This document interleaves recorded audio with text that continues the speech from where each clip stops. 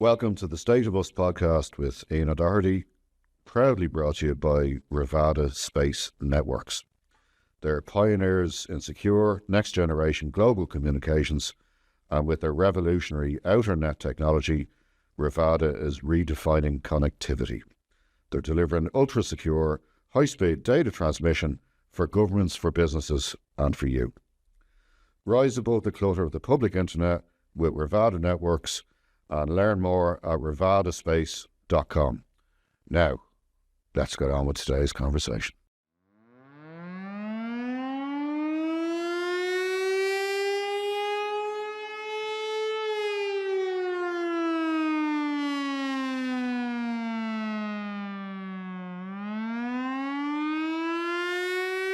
Well, a very warm welcome to the State of Us for Michael Murphy, esteemed journalist with the Telegraph and the Spectator, and a very successful documentary maker as well.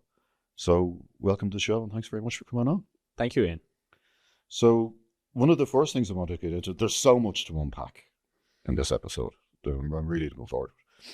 But you had a piece in the Telegraph last week that really put the cat amongst the pigeons in Ireland, where you wrote about something that had been kept almost very secret by official Ireland, that the US State Department had actually sent a team of diplomats over to the government here to discuss, what did you refer to as a frank exchange of views? Yeah. About the Irish approach towards hate speech and the potential fines that American tech companies are going to face under the European Commission rules. So tell me a bit more about that. So there's a team from the US State Department led by an advisor called Sam Sampson, who had made a similar journey to the UK a few weeks ago. And, that was widely reported in the British press along the lines of Trump has dispatched a free speech team who has gone to Britain to investigate the state of free expression. They spoke to people who had been arrested for praying outside of abortion clinics and various other things that they saw as infractions on free speech. But it was very interesting to note that when they made a similar trip to Dublin last week, there was almost complete radio silence in the Irish press. There were no announcements from the government to that effect. And so I was writing a column about it, and I thought, well, it's a bit of a shame that it has to sit at the end of this article almost as a footnote when this should be a public conversation for Ireland to be having. But anyway, I included it in the column, and it got some traction on social media, and people started talking about it. You wrote a column about it yourself. And you know what's funny? I wrote a column on the back of that, and people accused me of making it up, and they accused you of making it up. They said this didn't happen. Well, the Irish Times caught up about 5 or 6 days later and wrote an article about it themselves, where they spoke to the Media Commission, albeit with a slightly different spin on the conversation to what I was told. It was presented by the Irish Times as sort of a fact-finding mission, where they were just asking the Media Commission about what their role is in policing free speech and social media platforms. And so there was an interesting reluctance, I thought, on behalf of the Irish establishment to even acknowledge that had happened, because that would raise a potentially awkward topic of conversation that they're not very keen on being drawn on. But this would be one of your areas of expertise, but it's that with the European Commission forcing us to introduce hate speech laws, which were democratically suggested and then democratically defeated in the Irish Parliament, we'd be the ones who'd be forced to fine the tech companies. And what is it, 6% of their annual turnover, which is billions, which means that they'd all just leave. Mm-hmm. Well, Ireland's been in this awkward position before, caught between Europe and America, where they had to tax Apple an eye-watering sum. And, they fought tooth and nail not to have to do that. On the free speech issue is no different. If just for your listeners' benefit, the Irish hate speech law, which was itself introduced at the behest of Brussels, it defined hate speech as that which is deemed hateful. So it's a circular, completely useless definition that hands the Irish state a blank check to police whatever speech it likes, almost. Now, that puts tech companies in a very awkward position, because if they have to risk 6% of annual turnover per speech violation, then they're just going to take a sort of broad brush approach of anything. If it smells like it could be hate speech, then it's scrubbed off the internet. Now, that's very bad for American business. Also seen as an infringement on core American values, which have recently become more fashionable in Washington than they were under Joe Biden. And so the Ireland is a very awkward position now, where it relies on American corporate tax receipts for its vast wealth that it's managed to accrue in recent years. But it also likes to consider itself a sort of good boy and girl in the European community. Well, we want to be the best boy in the class. Exactly. And so it will be interesting to see how they navigate this, because, like you say, this has been rejected by the Irish Parliament and also the public, who are very skeptical of this bill. But now it's being reimposed by Brussels. And some of the arguments that you hear is, well, the Americans shouldn't be interfering at all. This is Irish domestic affairs. But you never hear that argument about why Brussels is itself forcing Ireland to impose these restrictions. So there's a bit of a double standard, I think, with how Ireland's elites see foreign interference. Well, one of the things I was saying in the column I wrote on Wednesday was that I thought it was very interesting that the newly elected Polish president, in his inaugural speech, said that we are not a province of Brussels. Mm-hmm. And I asked in my piece, can any of us imagine an Irish politician ever saying something like that? And I can't. We seem to be utterly beholden to a vast bureaucratic entity that is not our friend.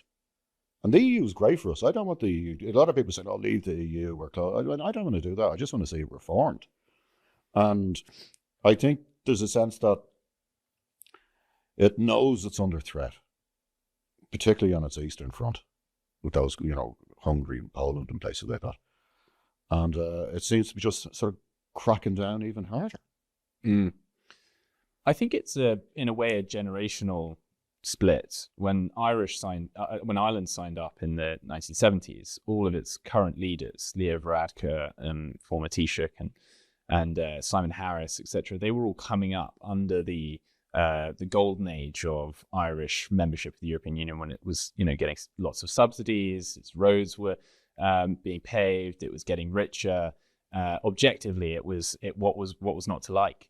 However, the Eastern Bloc countries, they all acceded in the early 2000s with a very different idea of what it meant to be a European. They essentially they loved the handouts and the economic benefits, but they said no thank you to the political and the cultural union that was almost the sort of other side of the bargain. Okay, yes, you can have our subsidies, but you also will introduce our political diktats as well as a result. And they didn't like that quid pro quo, whereas the Irish elite, as far as I can tell, from outside looking in, have bought into this idea that actually the economic benefits are, can only come with surrendering political sovereignty, hook, line and sinker to Brussels. And actually that's a good thing, because when we pool our sovereignty, we're greater than the sum of our parts. And that's a real ideological split between Dublin and, say, Warsaw.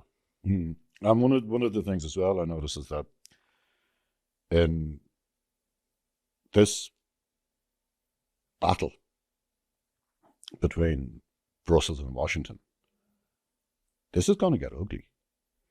And again, the analogy I used was that it's like Mammy and Daddy are fighting again, and we're the kid in the corner with their finger in their ears, hoping that they'd just stop shouting at each other.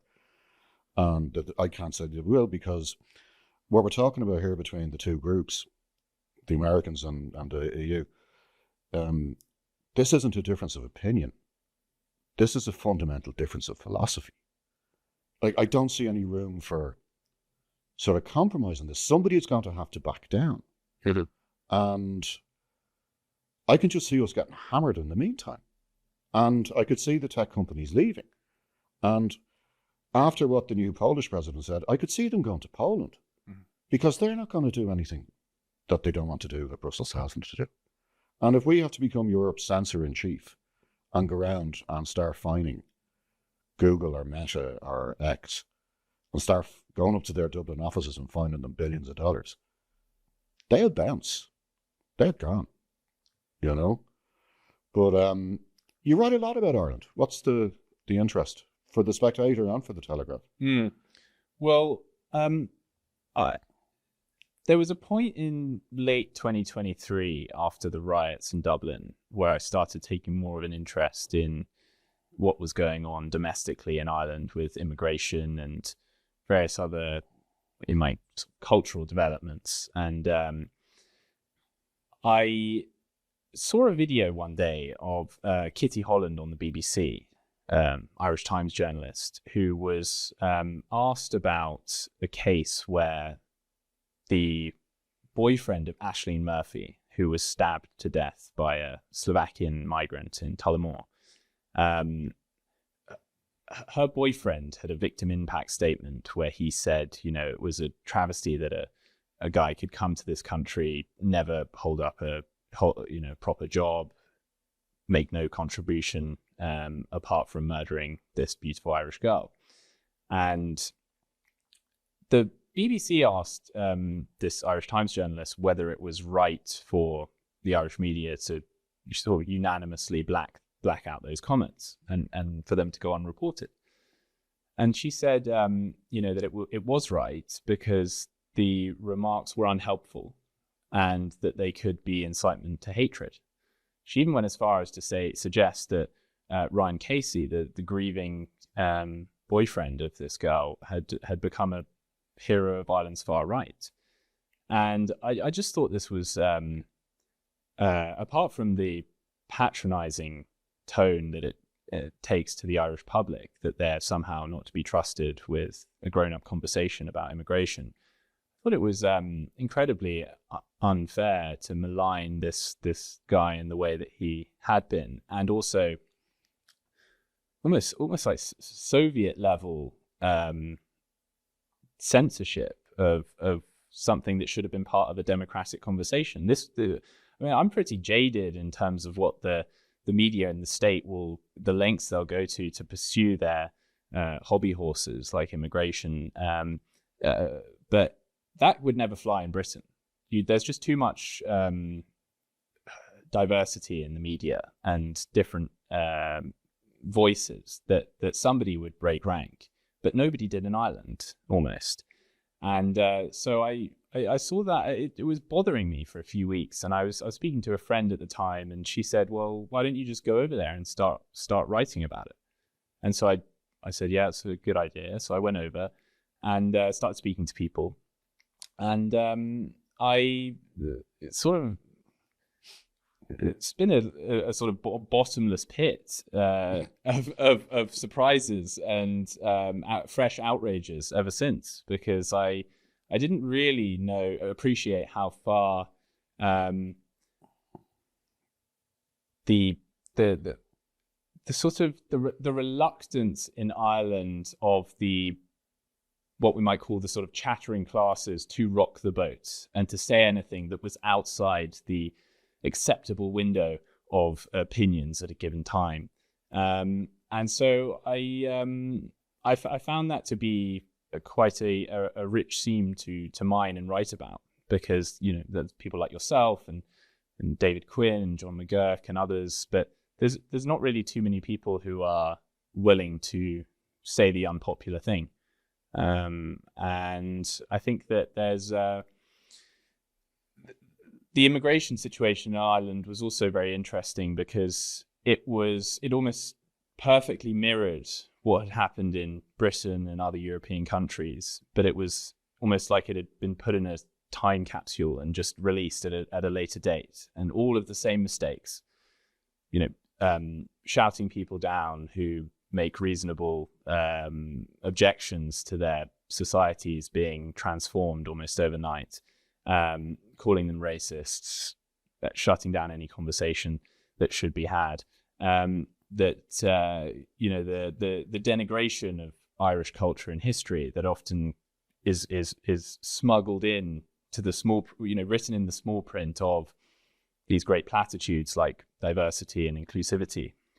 And I just saw that this was actually a concerted project that had been done elsewhere and was provably catastrophic, that Ireland was just jumping headfirst into. And so I thought that was worth remarking on. Well, I remember for years I've been saying, all we have to do is learn the lessons from Europe. Mm-hmm. This is an experiment that's already been going on and it's already been failing. And the response is always, shut up, racist. Mm-hmm. I think that there's a remarkable naivety. Now, that's the most charitable interpretation. I think there's a lot of cowardice as well.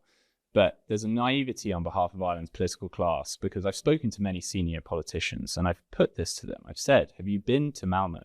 Have you seen what's going on in Rotherham or Telford,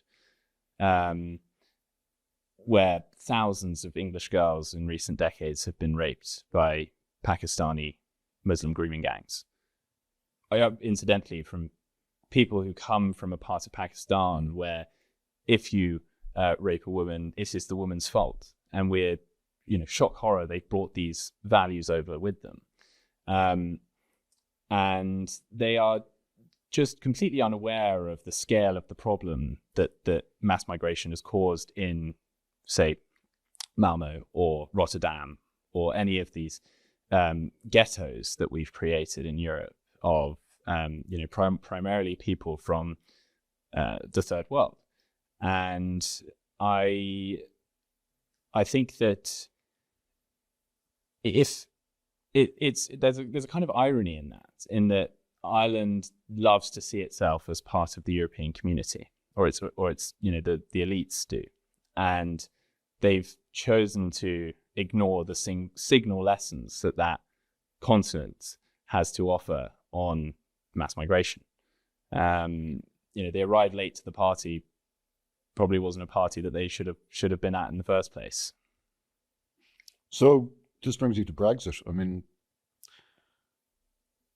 the way the media, most of the media in England are portraying, it's the UK as a post-Brexit as a wasteland, a smoking wasteland. And I speak to English people and they're quite happy with that decision. And it's a bit like immigration with the media in Ireland, Brexit with the media in Britain. It's two different worlds when you talk to regular people and stuff. I mean, how do you find that? I mean, obviously with the Telegraph and the Spectator, you would have been fairly pro-Brexit anyway. Mm-hmm. Well, with in the build-up to Brexit, we had this great torrent of propaganda in the direction of the Remain campaign, from the Remain campaign, where we were told that there would be empty shelves at supermarkets, it would be economic Armageddon. And every single institution, from the Bank of England to the Treasury to the even Barack Obama stuck his beak in and said that it would be a very bad idea for you'd be the Britain. Last in the queue. Indeed, and oh, how ironic that is when we've just been first in the queue to get a trade deal with America as a result of Brexit. But so there was this great almost uniformity from the establishment that this was a terrible idea, that this was all the result of, the atavistic anti-immigration tendencies of bumpkins who just don't understand economics. You'll be familiar with that kind of narrative over here. Absolutely. And none of it came to pass. In fact, the Institute of Economic Affairs recently released quite a comprehensive report on the economic effects of Brexit, which have more or less been negligible. The economic growth forecasts for Britain compared to other G7 countries have not been, have been roughly comparable. So the idea that Brexit has had some catastrophic effect on our economy, I think, is for the birds. You'll still have informed people who will insist upon that thesis, but I see no evidence for it. And I think that the way to judge the success of a policy like Brexit, or a decision like Brexit, is not in the short term of a 10-year, 15-year span. It's over a much longer time frame, because it involves a lot of it gives you greater options in some regards, and that's why that was the intelligent case for Brexit, as far as I was concerned, that in a world where new technology is being developed, where there's a high premium on being able to act efficiently, that can have real benefits. And I think we saw that, for example, during the pandemic, when we were the first to make a deal with the vaccine manufacturers, and Europe was having kittens about this, and even threatened to requisition some of our vaccines from factories based in Europe. And we were able to do that because we weren't in this kind of Tower of Babel situation where we needed a consensus of tens of countries in order to get the ball rolling. We just decided this was something that was important. Everything else was secondary. We're going to throw the kitchen sink at it. And I think that if we come to other junctures like that, like with the development of new technologies, etc., it's going to be very useful to have that ability to set our own economic course. And the current big story in England, though, is the row, yet another row involving Nigel Farage with the Reform Party chairman flouncing out on the day of an election, which was rather unfortunate timing. Do you think Farage is a serious man to be taken seriously, or is he sort of a political vaudeville act? I think he's undoubtedly a serious man to be taken seriously, and to the extent that he's been the most consequential British politician in the last 50 years, and he's never entered office. He's never even been a minister. Only recently entered Parliament. And so to be able to enact that much change, to force all of the other parties to go right on things like immigration and even Euroscepticism under UKIP is, he's really set the political weather in Britain. And so and also now he's risen from the ashes to create a party that's looking on course to win the next UK election. So I think you underestimate him at your peril, but he has some flaws, and chief among them is that he has an ego, and he doesn't like this is from what I hear, he doesn't like other competent people around him or outshining him. And he had a massive famous bust up now with another MP called Rupert Lowe, who was very popular among the grassroots base of reform. And he was in some ways outflanking Farage in calling for things like the mass deportation of illegal migrants, whereas Farage, who's been in the pits, been in the trenches for the last 30 years, has learnt to avoid certain battles, to pick his battles very wisely. And so maybe where Farage is a little bit more domesticated in some ways after that experience, Rupert Lowe, who's fresh into politics, was willing to just sort of say what he thought. And I think that Farage saw that as a threat, and they had a big falling out where Reform accused him of all sorts of things like bullying and harassment. But it is the timing was odd because it was the day after he had criticized Farage publicly, and so that did have a strong whiff of a vendetta.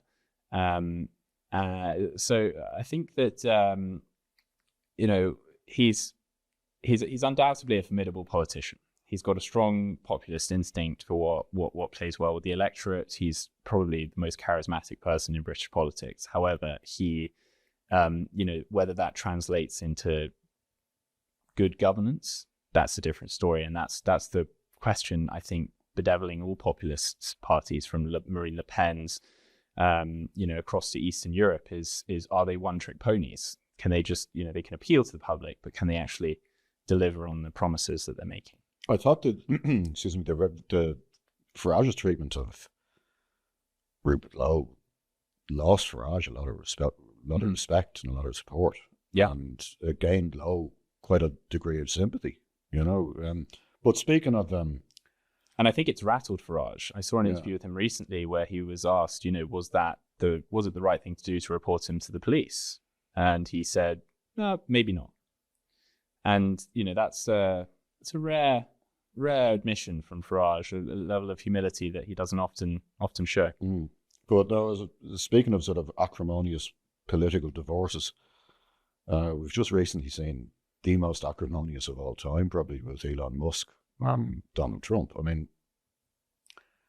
that was wild, and so for Musk to come out and say that, Trump is on the Epstein list, and then Trump's people saying that they're going to deport Musk now, it's just crazy. I mean, what's your take on that? Well, I saw someone on Twitter said, it's so sad to see neither man seemed like he had an ego. It was like, it's quite predictable clash, really, because in some ways they're similar characters. They're both, larger than life in their own way, and immensely powerful and charismatic in certain ways. But Elon Musk is in some ways the polar opposite to Donald Trump. He is, got Asperger's by his own admission, and seems like to have a sort of unwavering fidelity to the truth as he sees it and his own aspirations, and anything else is like a kind of waste of time and a distraction. Whereas Donald Trump is a showman, and he's in many ways is constantly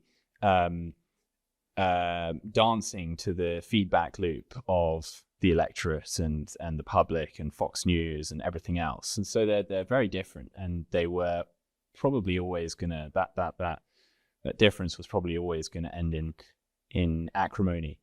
I think that they're starting to they've almost become now avatars for two different wings of the MAGA movement. So you've got on Elon Musk's side, people like Vivek Ramaswamy and people who are pro the right kind of immigration, by which they would mean highly skilled workers from around the world that they see as the rocket fuel, quite literally in Elon Musk's case, for America's success and predominance. And then there's the slightly more nativistic wing, which is probably best embodied by Steve Bannon, who see actually that they would like a more homogenous America, and they would like America to become more reactionary, more religious, and they see J.D. Vance really as their kind of knight in shining armor waiting in the wings. I spoke to somebody, a very doe-eyed MAGA enthusiast the other day, who said, that Trump actually is a flawed character, is a useful vehicle, but what we really want is for J.D. Vance to come in, and then things can really get spicy. In terms of a kind of Christian renaissance in America. This is the stuff of the fever dreams of much of the left when they talk about, Handmaid's Tale and all the rest of it. And so I think there's an interesting ideological split in the MAGA movement that this is probably now forced a wedge into, and we're just going to start to see more internecine warfare. You've already seen on Twitter people sort of rather fatuously saying, I'm on this side, I'm on that side, as if this is going to tip the balance one way or another. Yeah. But it just seems, it struck me as just insane. The Democrats have been ripping themselves apart since the election. And you have the older school, the James Carville side, saying, do you want to win or do you want to be right? And then you have the youngers, the AOC kind of brigade and the college brigade, the graduate class of the Democrats. And they just seem more obsessed with Israel than they do with America. You know, they don't seem to have any, I mean, they're more likely to chant death to America, you know. But it does seem that, and Ireland is a classic example of this, it seems that since October the 7th, the world's gone ever so slightly mad. And it's become a much darker place since October 7th. I've seen people say things about Jews, not Israelis, Jews, that I never thought I'd ever see coming out of their mouths. I think October 7th was undeniably a turning point or a kind of eureka moment for a lot of people, because as Frank Furedi put it quite eloquently, he said, you know, this was the first time we realized that wokeism had an armed wing. And I think technically that's probably not quite right. I think the first time we realized that was during the BLM riots, where we saw that people could loot businesses and beat up journalists and set fire to things with impunity, and that nobody would stop them. In fact, most of society would encourage it. I think around 50 people died as a result of that, and much more secondary effects from the crazy ideas that were given credence at that time. But you know that Frady is right that it was the first time when I was. You know, I remember on October the 9th, I went down to a protest in Kensington in London by the Israeli embassy. And I saw people, this was before Israel had done anything to respond to October 7th, you know, shrieking with joy, almost ululating with you know, the grim sort of glee that Israelis had been murdered. And I thought it was the first time I'd thought, like, you know, we're not actually far off a kind of a low simmer civil war in our society, where I'm now looking at people like, you know, you would rejoice over my murder had I been at that festival, which I could have been. You know, you wouldn't think twice about celebrating the death of innocent people just because it fit your political ideology.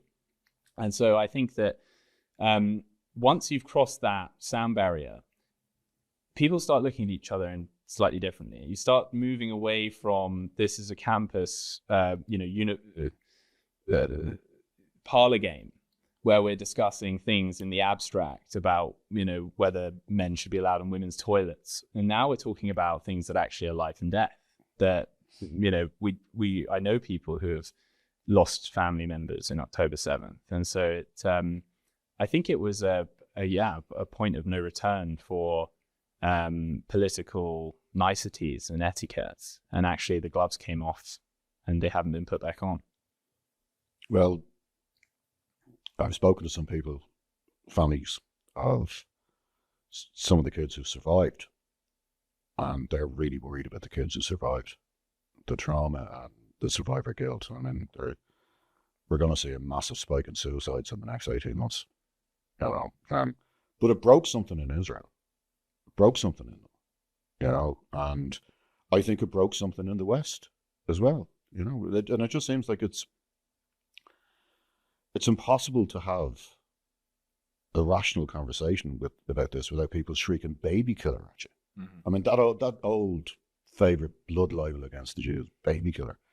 And it seems that every time they put out some ludicrous story that fills the anti-Semites with glee, And then when the BBC or the Washington Post or CNN, when they have to retract it, which is such a common occurrence, it's ridiculous.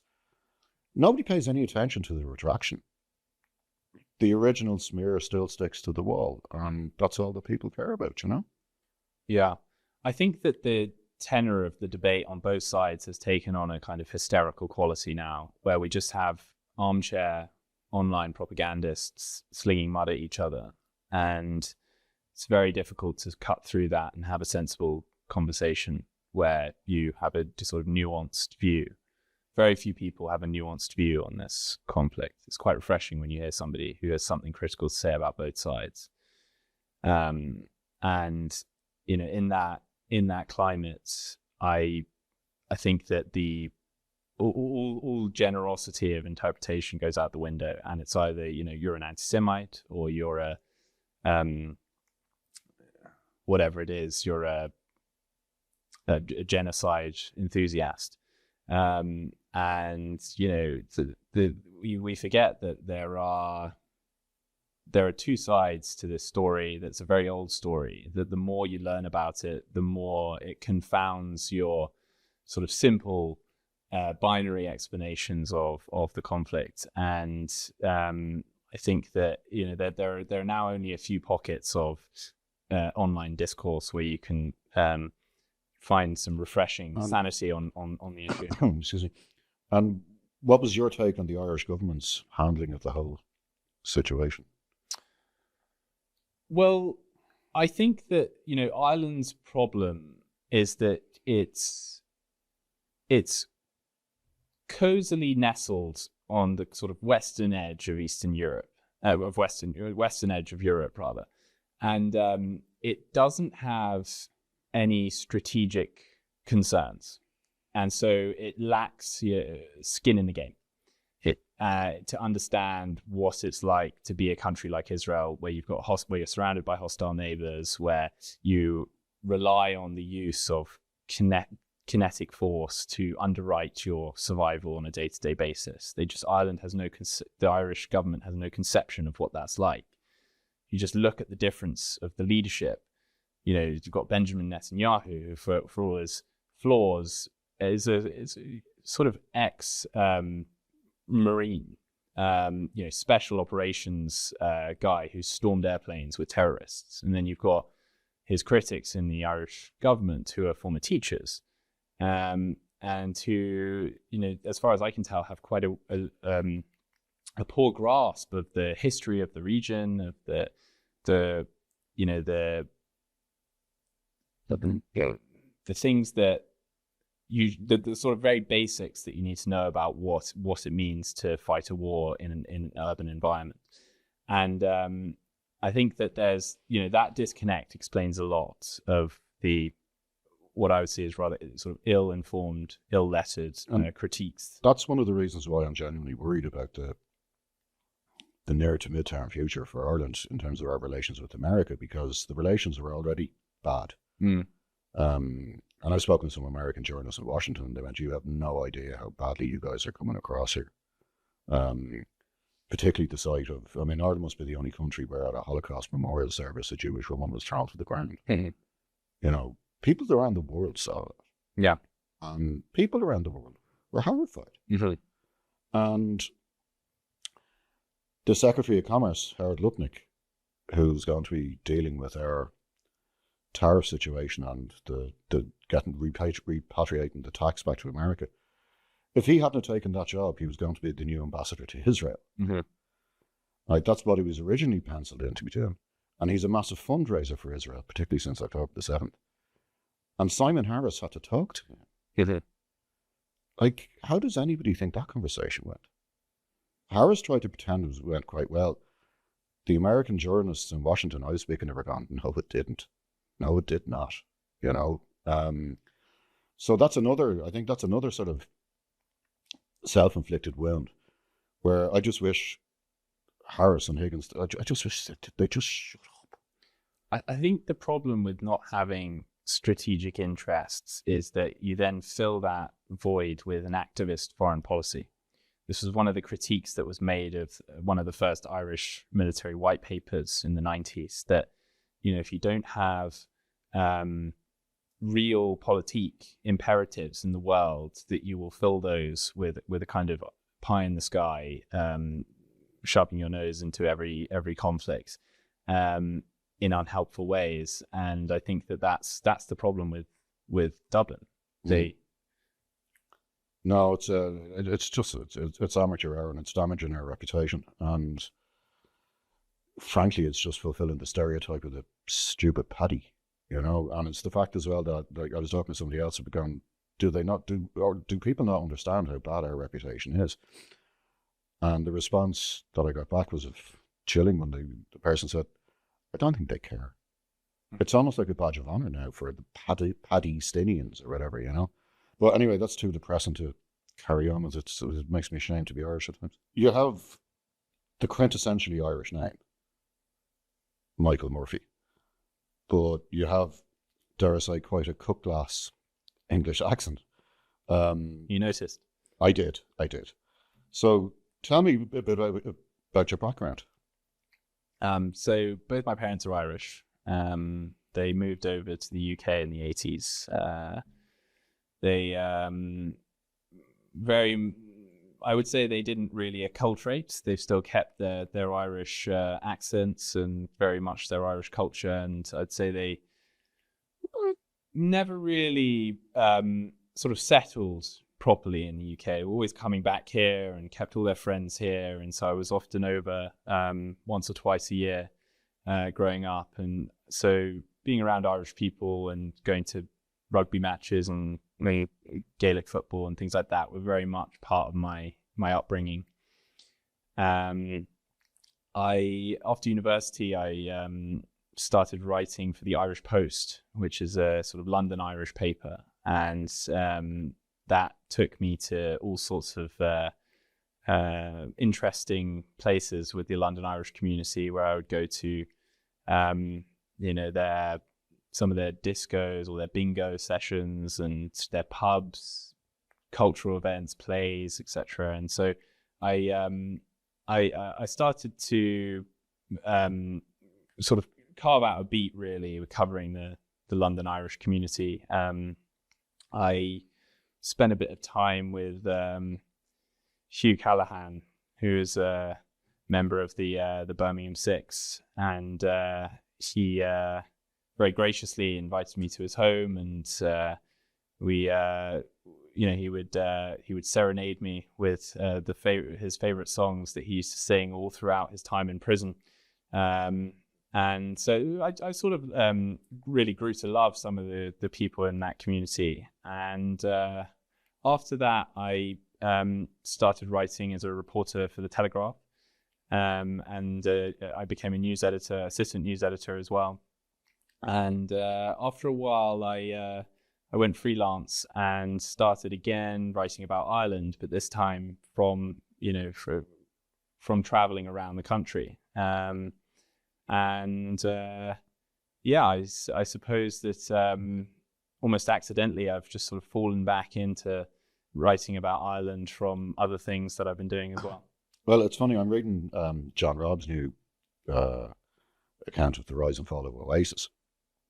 And virtually the entire first chapter is just about how Irish they were in Manchester and how Irish the community was. And it was just seemed to be this little enclave where they all went to the Irish clubs, and it was all the Irish songs, and and how, like you, they'd go back to Mayo every summer for their school holidays and stuff like that.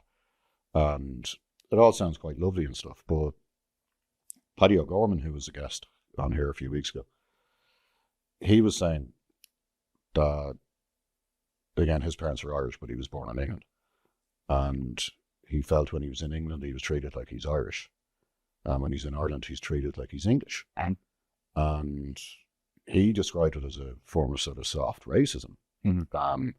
And there is this thing about, have you noticed it, that the Irish derision for the diaspora Irish, and just calling them sort of plastic paddies and having no respect for them, Is that something you found, or is it because of your accent that people don't even realise that you're Irish background? I think it's a mixed bag.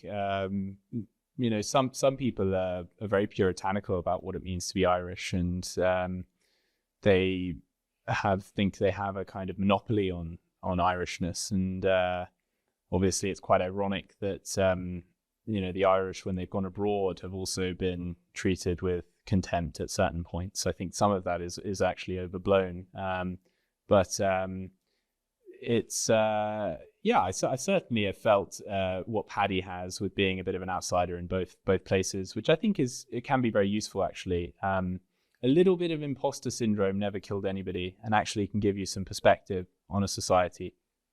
I think it's why the Jews, for example, have produced so many great writers and comedians as well, and the Irish, because it gives you a slight sense of an irony and detachment from you're a fish that knows it's in water,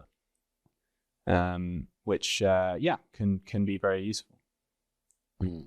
And this is one, that's the outsider's perspective is vital. I mean, because if you talk to an insider, they see nothing.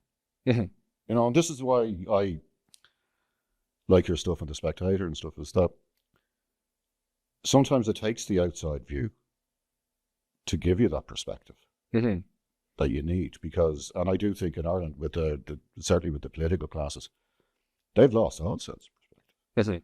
And they know it now. I mean, interestingly enough, in the run-up to Patrick's Day, there's one particularly senior cabinet minister. He got in touch with me and he brought me out for lunch. And he said, how do we make this right? About their approach to Israel. And about how he didn't go as far as to say that Simon Harris has gone rogue, but he didn't outright deny it when I said it. And that's because they're all insiders. And consensus is a killer. Yeah, I think that it's a really important course correction mechanism to have a certain quota of contrarians and heretics in your society, and to give them a voice, and to give them a fair hearing.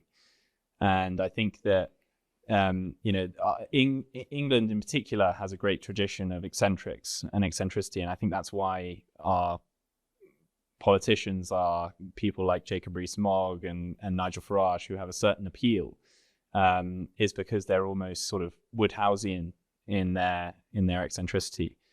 Whereas in Ireland, I think there's to be an oddball or to be strange in terms of your politics or your opinions is quite heavily stigmatized.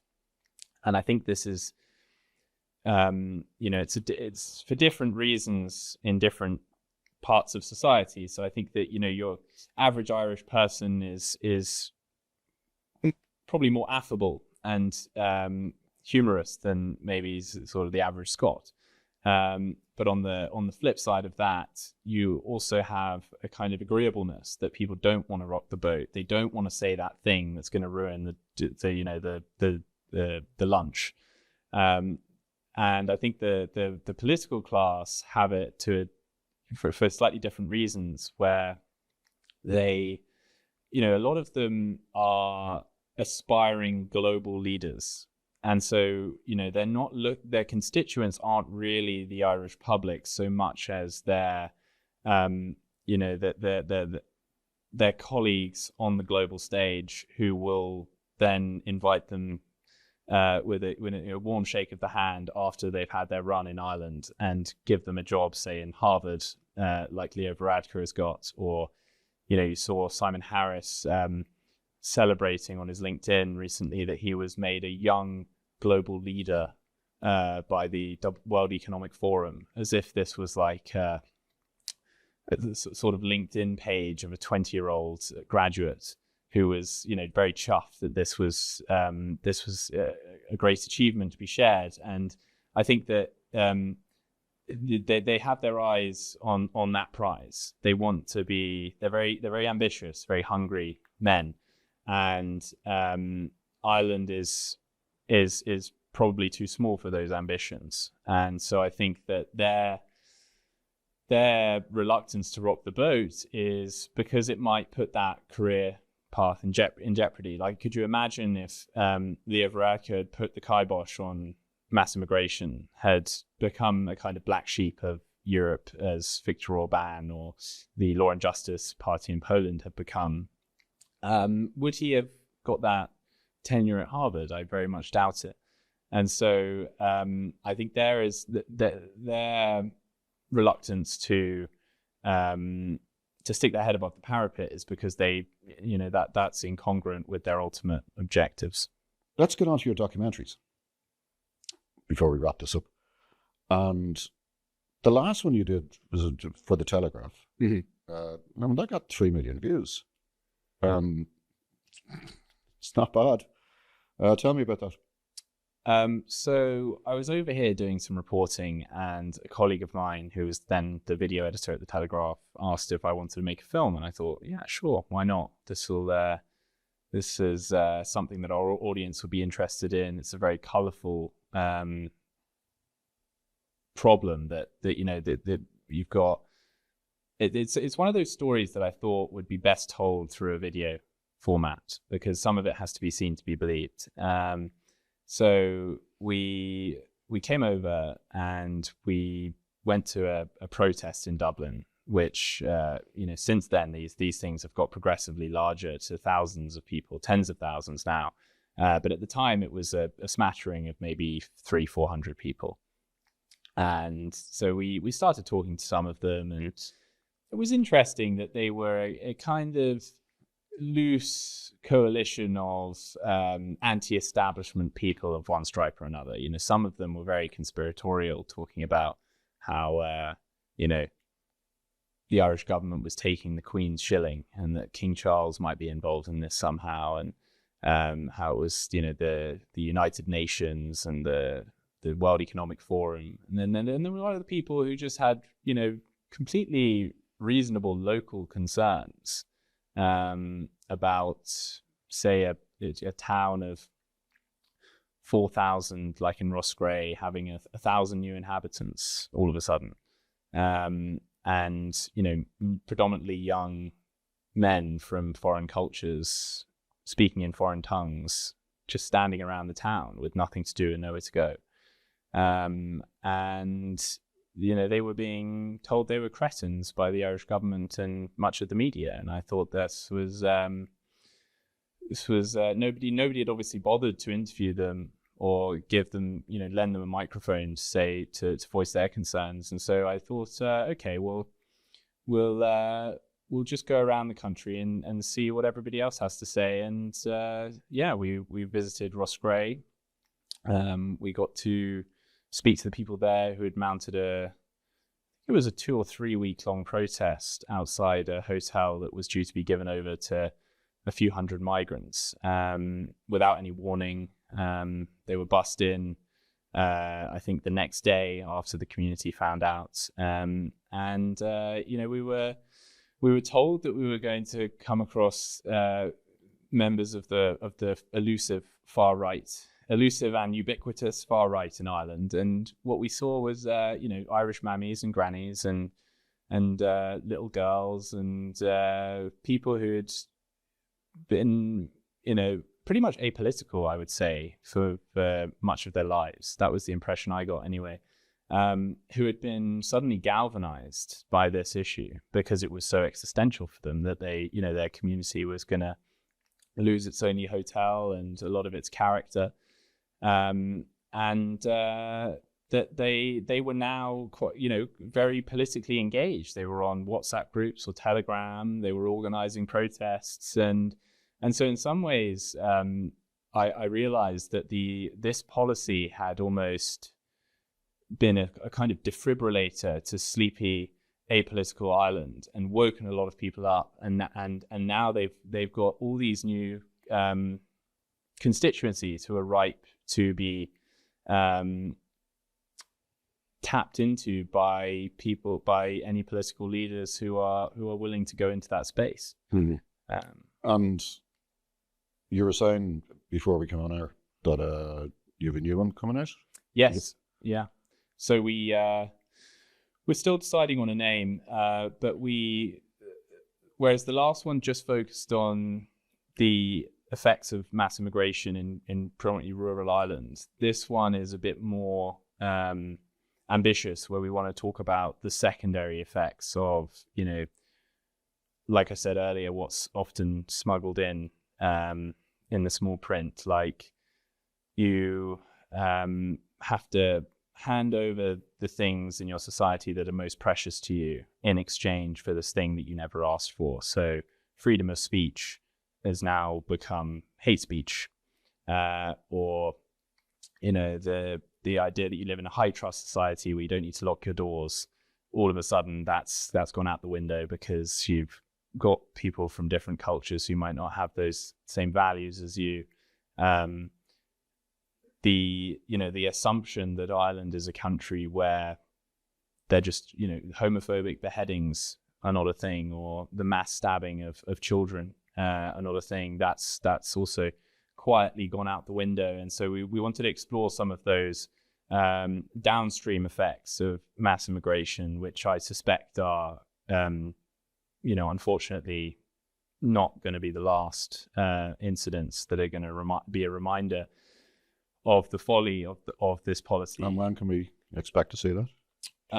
So we're hoping to release it in the next 3 or 4 weeks. Excellent. Well, the very best of luck with that. It sounds fascinating.